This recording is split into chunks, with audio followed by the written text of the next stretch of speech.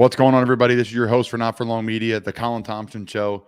I'm Colin Thompson. Hope you're doing well. We are in the process of turning things over from Not For Long Media to Colin Thompson. Not For Long Media, like I've talked about before, will be the parent company, and there'll be a bunch of podcasts like Breaking Bats, like a few other things coming out here very, very soon that I cannot talk about. We have a football podcast coming. We have a military appreciation podcast coming.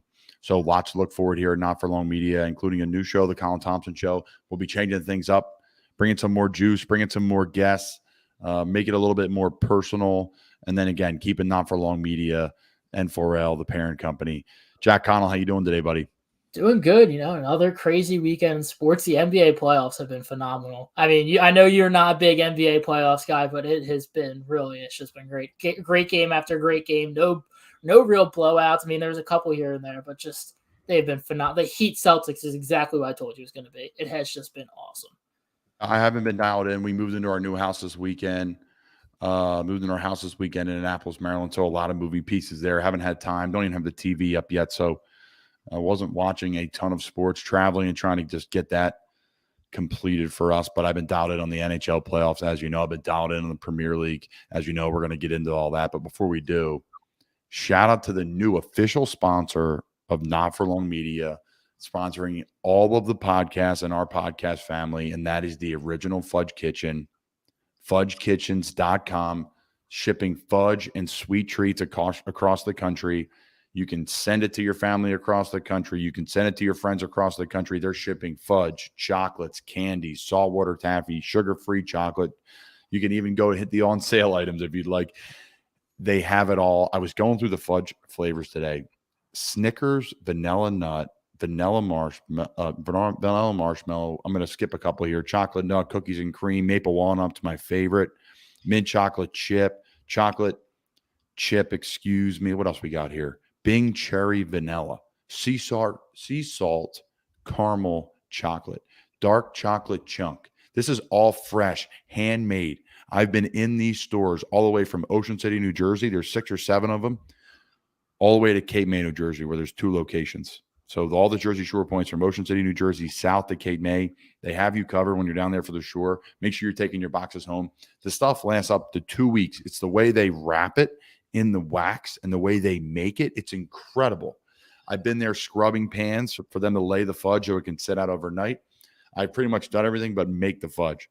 It's been an incredible experience being around those original Fudge Kitchen, 50 plus years of business. It's truly a family. It's been so cool to be a part of it from a distance. And now that we're a part of it here, Not For Long Media, we can't thank them enough for believing in us and our podcast family. There's going to be a lot of fun stuff. We're going to be giving away boxes of fudge. We're going to be sending people fudge. Give it a try. It is unbelievable. I shipped it to the entire team. I don't know, 20-something boxes, and was handing out fudge to everybody. And I was a little lazy and a little late with it because during the season there was so much going on.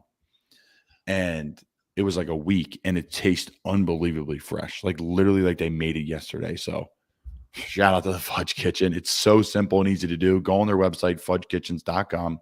You can find out the locations. You can give them a call toll free. You can email them. You can create an account where you're shipping fudge. Again, like instead of flowers to somebody, you're just sending a box of fudge. I like that. It's a little bit more personal, and you get to enjoy the fudge. The flowers end up dying. I know that's sad, but it's true.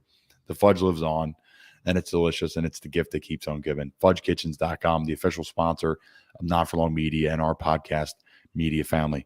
All right, Jack. I buried the lead again, but Bradley Bozeman, big Bradley Bozeman, all 6'5", 325 pounds of him, from Roanoke, Alabama, who played at Alabama, won 2 national titles there, played the last 4 years with the Ravens, signed a deal with us in Carolina. It was a 6th-round pick, two-time national champion, proposed to his wife, Nikki, who had been fortunate enough to know. My wife and I got to know him and his wife, Nikki, very well. And right on the field, right after the national championship game. Pretty cool. And they got married a year or so later. So congrats to them. Exciting stuff. And just awesome having Big Bo's on. We had some technical difficulties, which at the end of the day is my fault. Like I can make all excuses I want about the mic dying. I plugged them in and saw they were full. But hey, I should have done the extra step. You got to take responsibility, Jack. And I take responsibility for my actions. The mic died. I would say, what, 20 minutes into the interview? About like 20 minutes in. It really wasn't. You were very spot on with it. You noticed it as soon as it, like, that's the inner producer in you. You noticed it as soon as something, you saw the light and it flicked in you. Bose looked down actually and said, something's up. Something's not right. So we'll have the video version of that. There's a couple different versions. We ended up passing my little microphone back and forth to each other. And Bose ended up doing a quick Q&A. I was rattled. You're going to see it. I was rattled because I'm upset because I don't want to take his time away from him. We don't do a ton of in-person interviews just because I value people's time, for him to hang around the facility, to do the interview in there, and then to leave. And then, it's a lot of different things. So for me to delay and drag feet, I hated that for him, but he was so gracious with his time. He's been a great friend, an awesome signee for us, the center and guard position, an absolute stud in the NFL, and you're going to love it. So we did the interview portion where it's a normal interview for us. We're just kind of bouncing around. And then I just kind of panicked and just started doing Q&A and just thought of any questions that can come to my head. So he started talking about a little bit about Nick Saban, a little bit about his foundation, which is really incredible. In 2018, him and his wife, Nikki, founded the Bradley and Nikki Bozeman Foundation, which focused on at-risk children and their families to educate them on the dangers of childhood bullying. And he talks about that as well. And it's just an unbelievable thing that him and his family are doing and raising awareness for a couple different things. And again, he gets into that on the podcast in the Q&A section when I least expected it, when he was living in a trailer outside of Baltimore.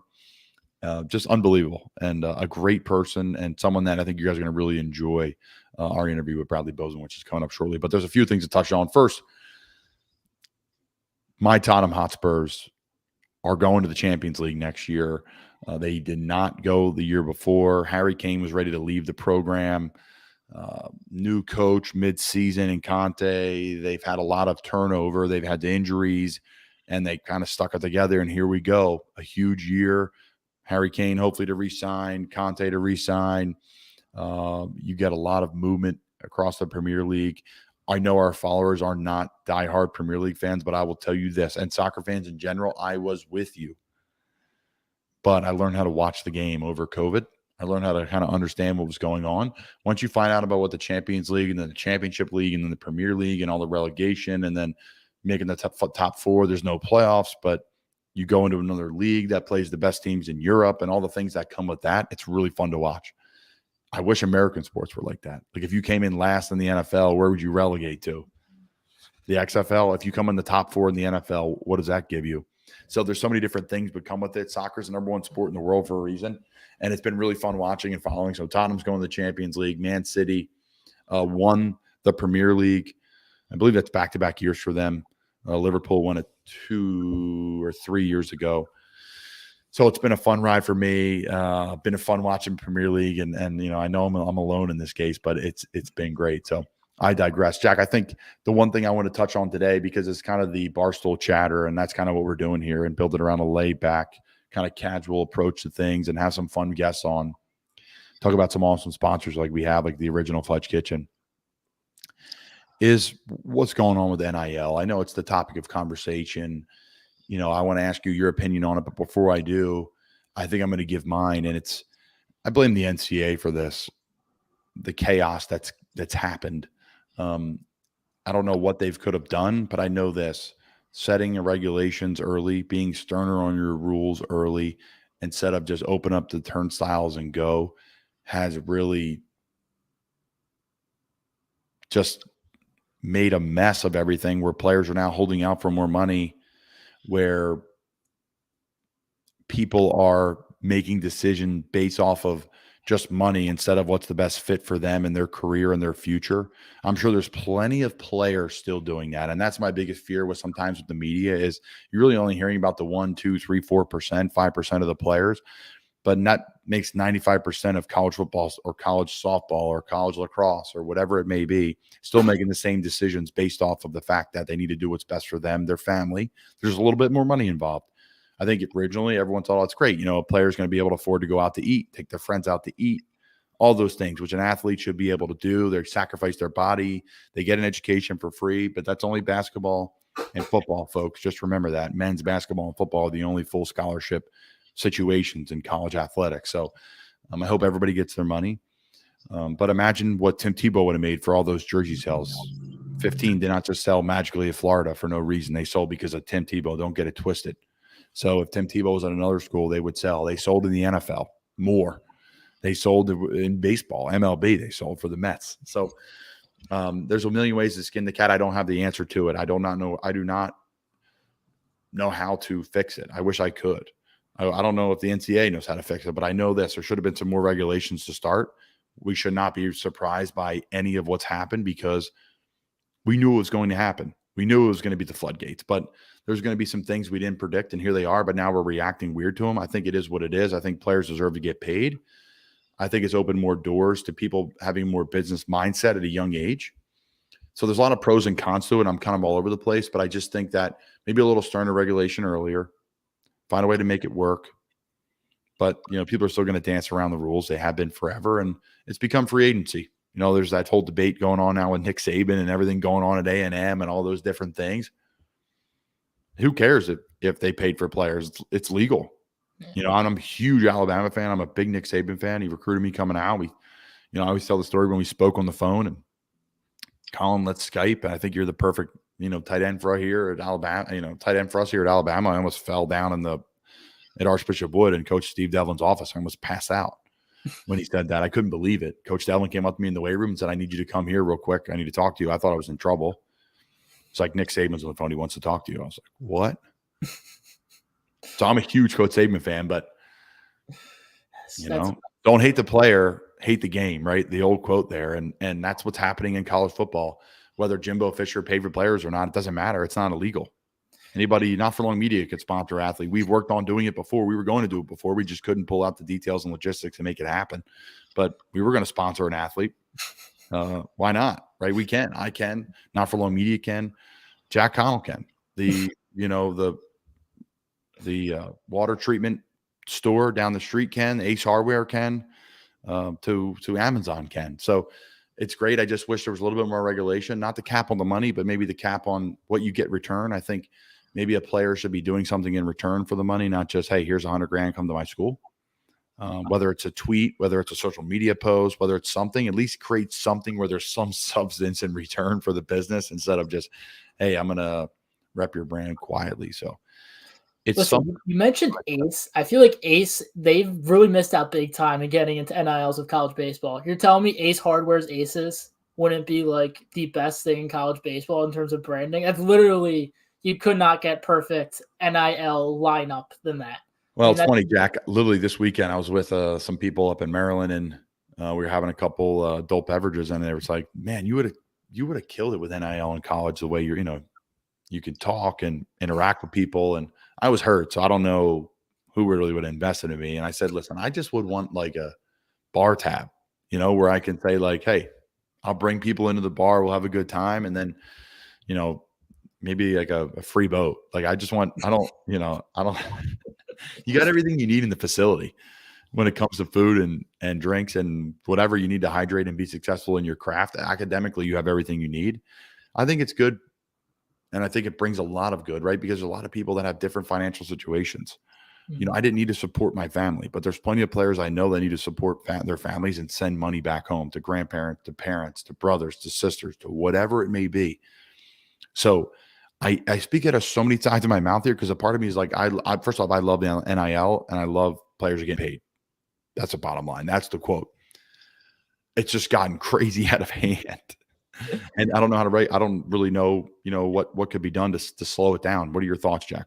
I mean, I think the biggest issue in terms of, and I wouldn't even call it an issue, but the thing that's causing so much chaos is almost how, if the NCAA stepped in early, it was like, listen, you get a certain amount of money allocated to pay players, almost like a salary cap of sorts. It seems like they've gone down the soccer route of however much you can afford is however much you can say. And it's even not even the schools. It's really more the brand, like what brands they associate with, whatever powerful alumni they have are almost bankrolling it. So you see how with soccer teams like Manchester City, Barcelona, Madrid, they have quadruple the bankroll because they are worth a lot more, know a lot more people than teams like a Leicester City or even Tottenham in a sense, even though Tottenham's a very big soccer club. But yeah. I think just the institute of going more soccer, just pay to play. I mean, and necessarily it's not a bad thing because I mean they're still, like I mentioned, they're the Leicester cities that'll slip through the cracks. I mean, it's not a guarantee that every year whoever spends the most wins everything. I mean, you didn't see that in the NFL. Teams have pushed in all sorts of first round picks. I mean, the Rams did it, but for the longest time, it really wasn't like that. Yeah, you see it in baseball too, right? So it's yeah. No, it's fantastic points, Jack. I want to hear what our guests have to say. There's a ton of people on Twitter that are sounding off on it. Just sound off on one of our topics here. Give us something to talk about because I think there's 50 different things to tackle when it comes to NIL. Do you agree with it or not? Do you put a salary cap or not? Why can't a player make as much money as possible because they're really like a pro athlete at this point in time anyways? Why would you turn them away from off the field stuff? If you just view the scholarship as the salary and the food and the books and the academics as a salary, that's what, 60, 70,000 a year with full, boot. Let's say this. Okay. So say you go to a great school and it's 40,000 a year and you get to go do that for free. And then all your food, all your lodging, the travel, a part of sports. I mean, at the end of the day, as an athlete, on top of your head, you're looking at 100,000 plus. If you're a football or basketball player, on just the food, the dorm, the investment from nutritionists to wait staff to everything. So you're looking at 100,000 a year you're making, which is a lot of money, especially a lot of money for someone who's 18, 19, 20, 21 years old, 22 years old. For those COVID guys, 27 years old. So, I think that's awesome. So that's a great part of that's an unbelievable gift. Now, what's next? How much more do you need? You need a lot more, right? Because you want to send more money home. You want to be able to provide for yourself. You say you put $50,000, $60,000 away in college. You don't come out of college in debt or even just equal. You come out of college with $60,000 in an account that the school set up with you with a financial advisor where you can move that money. And it's almost like a 401k in a sense that. So maybe teams set up 401k accounts and they start in a 401k at 18 years old. Again, I'm not abreast on that. That's Wealth Advisory Services lane and avenue. Give them a buzz. They're going to help you with that, wealthadvisoryservices.com. But my point is, how can we structure it as a team? How can we structure it as a NCAA where, say you get a lump sum over X of that has to go into a 401k or some sort of retirement or a postgraduate sum that you're going to receive. You can't have on you more than 10 grand a semester, which is still a ton of money in college. Something along those lines where there's stipulations. It's drawn in pencil because it's going to change for every athlete, every player, every situation. A hands-on approach by the NCAA, set up boundaries. That's how I'd fix it. That's how I do it. Any more thoughts, Jack, before we move on? I mean, you kind of mentioned that. I think it's almost perfect to do almost a sense where you have the brand or whoever's endorsing you. So say Nike with Oregon almost, but now, I mean, Nike's kind of sponsors so many teams, but like Ace Hardware registers with Oklahoma. Like you have to have, and it doesn't have to be them, but it's just like you have to make it official that Ace Hardware is paying so-and-so this much money to go to Oklahoma. And as part of that, like you mentioned, the schools have to offer financial assistance. We'll talk through these things and almost make it like, and almost like kind of less, make the craziness less, like a 2-year deal to play at Oklahoma to kind of almost dissuade the crazy transferness of it. Was lock them into contracts and that connects the brand, the school, and the player. But it doesn't keep the brand exclusive to that college, if that makes sense. So like Barstool can sponsor 50 players, but they have to have written statements and contracts saying this so-and-so is going to here as part of our contract as we're paying them this much, if that makes sense. No, I think it's great points. I think it's probably one of the biggest hurdles in sports we've ever had to talk through because it never ends. There's no real wrong opinion. I think the opinion of we shouldn't pay players is just wrong. I think why can't a player have some walk around money? I'm not going to name a player, but I know someone who went to a big school and had a lot of success in college. And I'll never forget this. They said they just had a huge game and they went home and they just broke records. And they had to just go home and just, lay in bed because the next morning they had to lift and study and all these different things. right? That's the sacrifice of being a college athlete. It's hard for me to tell the story without getting into detail and disclosing the player. So it's kind of a bad story for me to tell on the podcast. And when that player retires, we'll have him on and we can have him talk about it. He's not been on yet. But this essentially the point was I'm like, wow, man, like the ultimate sacrifice. And that's part of your scholarship. Like, yes, you're making $100,000 a year, quote unquote, is being invested in you. What an unbelievable thing. Not everyone has that ability. That's an unbelievable gift and start to life. That's why I'm so pro for athletes to either walk onto a big school, go play college football, basketball, softball, women's lacrosse, baseball, go play it, give it a shot, because your connections, what you make off that just gives you a huge sounding board in your life. Get involved in media. Sports is just a language that everybody speaks. So it allows the connections to work in operations to athletic training, to physical therapy, to coaching, to now the mental side of it, now the nutrition side of it. There's so many different avenues, travel. So I digress. There's a lot to go to it, but I just was like, the one player was just talking about how they didn't really have any walk around money. Where were they going to go to eat? They just played a game and broke all these records, and they went to the dining hall and rode their bike home and just sat in the dorm. And listen, I get it. There's going to be people on here like, oh, boo-hoo for them. But like, I don't know. You just broke a lot of records in an historic school and conference, and that's how you spend your Saturday night after doing that. You can't go out to eat, grab a bite to eat, maybe a pizza, some wings. Oh, I don't know, a liter of Pepsi. You can get a deal from Domino's, I guess. So I digress. The NIL conversation is always a good one. I always get asked it, so I like addressing it on the pod. Appreciate everyone tuning in. It's been, I love the conversations that people come up to me about, that some of our loyal listeners who I spend a lot of time with come to me about. I'm going to mention our friends over at the original Fudge Kitchen again. This summer, 4th of July, you can't make a party, send someone a box of fudge. That's the right thing to do.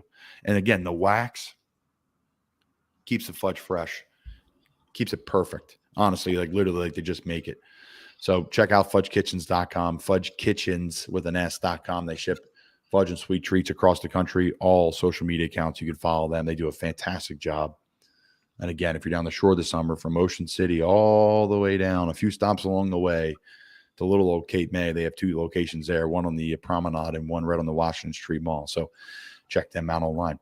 All right, Jack, what else are we feeling? I know you want to talk about the NBA playoffs. Can you give us an update on that, please? And then I'll go into the NHL, and then we'll wrap it up, and we'll send it over to the great Bradley Bozeman. Hello. So, I mean, the one series that's almost out of reach I'll touch on is the Golden State Dallas Mavericks. I mean, Luka Doncic, it was almost expected.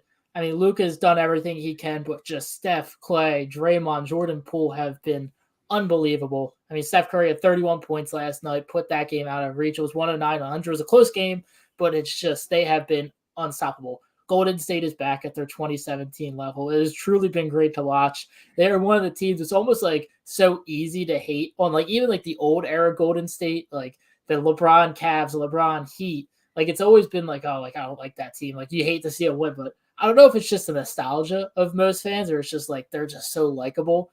But I mean, that team has been great to watch. I mean, they've been a fan favorite so far. The Heat and the Celtics have been slugging it out. Even without Jimmy Butler for half the game, Bam Adebayo took over. A big win over the Celtics on the road in the Garden, Boston, TD Garden, not even the Madison Square Garden. Some might say the better of the 2 gardens. Who knows? But it was just a great game. Tyler Hero's out tonight, so that's going to be interesting to see. But Jimmy Butler is going to be playing. It's going to be a big opportunity for the Heat to put this away, try to get back to the finals, get Jimmy Butler his ring, or Jason Tatum. Can they step up and make it a 2-2 series and try to establish their dynasty? So either way, I mean, it has just been great to watch. I mean, right now we're in the NBA. I mean, Golden State's on the back, but I mean, we're in the midst of really no like stable dynasties. Like there's no team that's like, oh, they're always going to win. And it's just been so much fun to watch these last couple of years.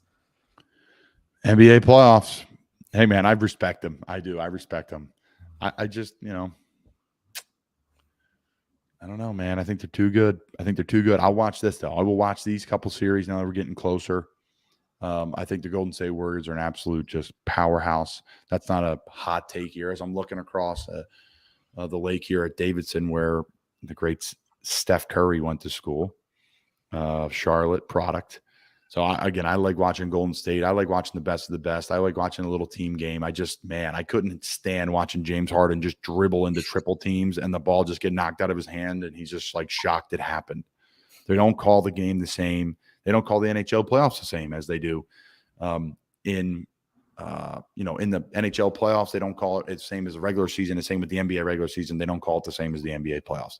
It was funny. I was actually listening to Tim Peel, who we're working on getting on our podcast as well on Spit and Chicklets, and he's an NFL former NHL referee. And Tim was saying there's actually more penalties, in the NHL playoffs than there are on the regular season, which I thought was a really fun, interesting fact. I didn't know that. Didn't anticipate that because you watch usually the NBA, it's the opposite. They let them play. They let him play. So that hurts a guy like James Harden who gets 3/4 of his points from the foul line. I don't know, Jack. I'm not sold on that situation there, bud. I'm not sold on it. That we're going to bank on our career, bank on us getting to the line from a foul shot. Now, I think James is an all-time great.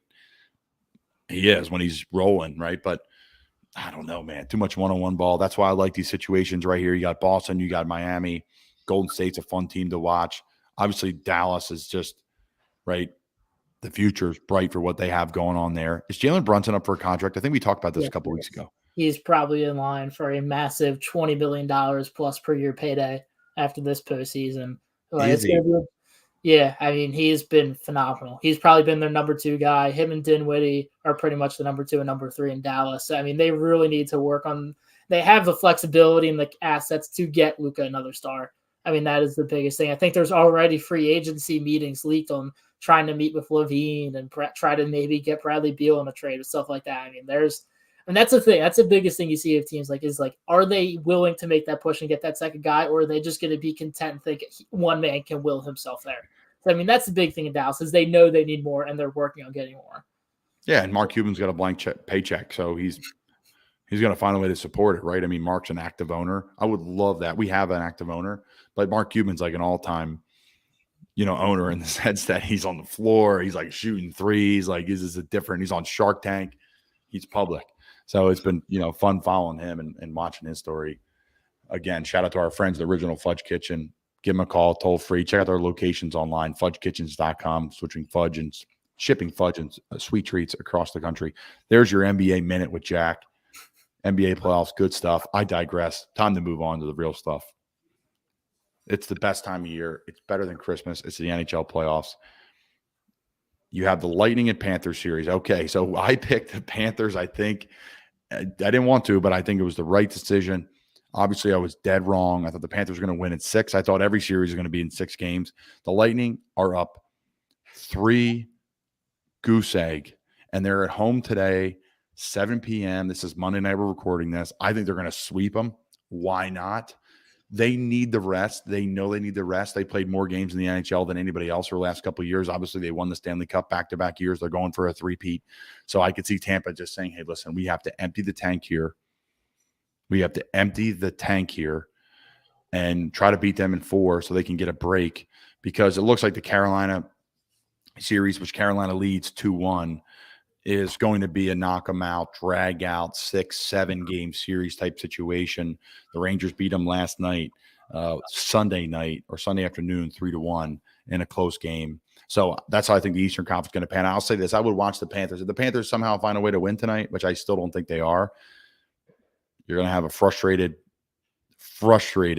Tampa team. So Panthers could sneak it, make it a little interesting. It could end up being 6 games. But I do think Tampa's going to put all their marbles into just getting this over tonight. Like I said, the Carolina series is going to go 6 or 7. I still think Carolina is going to win it. Shout out to the Hurricanes, the team of North Carolina, just like we are. The Carolina Hurricanes, the team of the Carolinas, just like us here with the Panthers. The Flaming Oilers situation, the Battle of Alberta has been fantastic. We have Lucic running over goalies.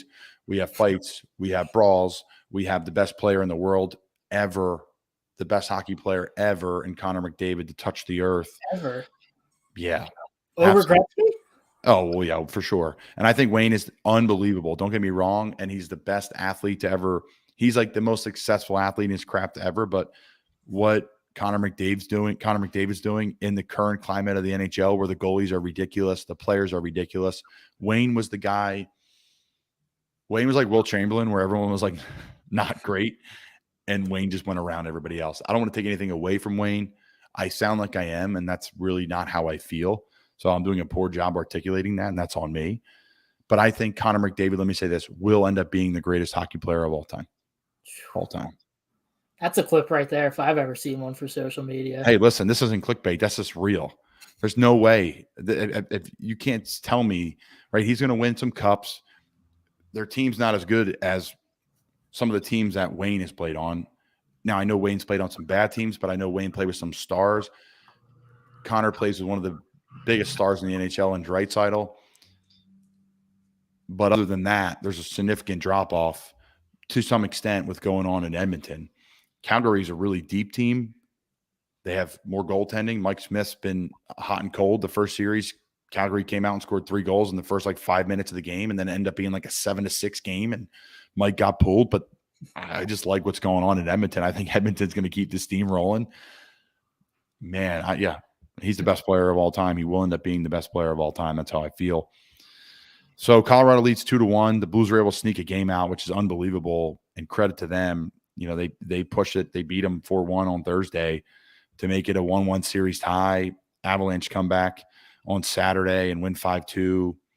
Binghamton has been standing on his head. Benner, that's hard for me to say his name. I don't know why. He got hurt.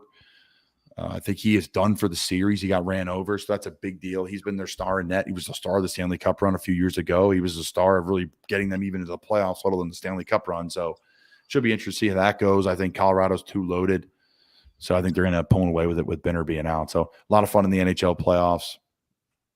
It's the best time of year in sports. You have the PGA Championship. And speaking of which, our boy got paid. What did he get paid, Jack? I think it was $2.7 million, according to Front Office Sports. So he should write a check to Tiger Woods for about $1 million. About $1 million. Second largest payout in tour history. Yep. He's already one step closer to joining the PGA's top 10 all-time earners. We've talked about this before. Thank you, Tiger. There wasn't I believe, a purse over $1 million total on the tour before Tiger got there. So thank you, Tiger. Yeah, I wasn't able to watch it. Again, we were driving. We drove back from Baltimore, Annapolis area yesterday down here, so I wasn't able to watch a lot of stuff, which is fine. It's okay. We could talk about NIL. We could touch on a few different things and send it over to Bozeman here quickly. But did you ever watch any, Jack? And that's probably bad by us. We should have talked about this. I was getting a little kick out John Daly, just killing it over the first couple of rounds. I mean, seeing him kill it, and then you just look over to the side, him smoking a cigarette. I mean, it's literally, I don't know what else you expected from John Daly, but he's got the topless cart going. Yeah. He's got the topless cart going. He's got the pants going, the big guts hanging over. You probably shot a couple beers before you went out there, a coffee, Diet Coke, and some cigarettes, and he's one of the best, golfers. It's unbelievable. It's unbelievable. Hey, well, I appreciate everybody tuning in. Like I said, the Colin Thompson Show is it's coming up here soon. We have a new football podcast coming out. We have a new military podcast coming out. We have our friends over at Breaking Bats absolutely killing it. Check out what they're up to there, Breaking Bats Pod. Check it out. A lot going on there, all a part of our Not For Long media family. And then we're going to send it over to Bradley Bozeman. Appreciate Bradley joining us. He's become a friend, someone who I'm really looking forward to playing with this year. An absolute stud 6th-round pick who's already on a 2nd contract, 3rd contract, all these different things. So he deserves all the good things coming to him and his family. So we're going to send over to Bradley Bozeman. Anything from Jack before you wrap it up?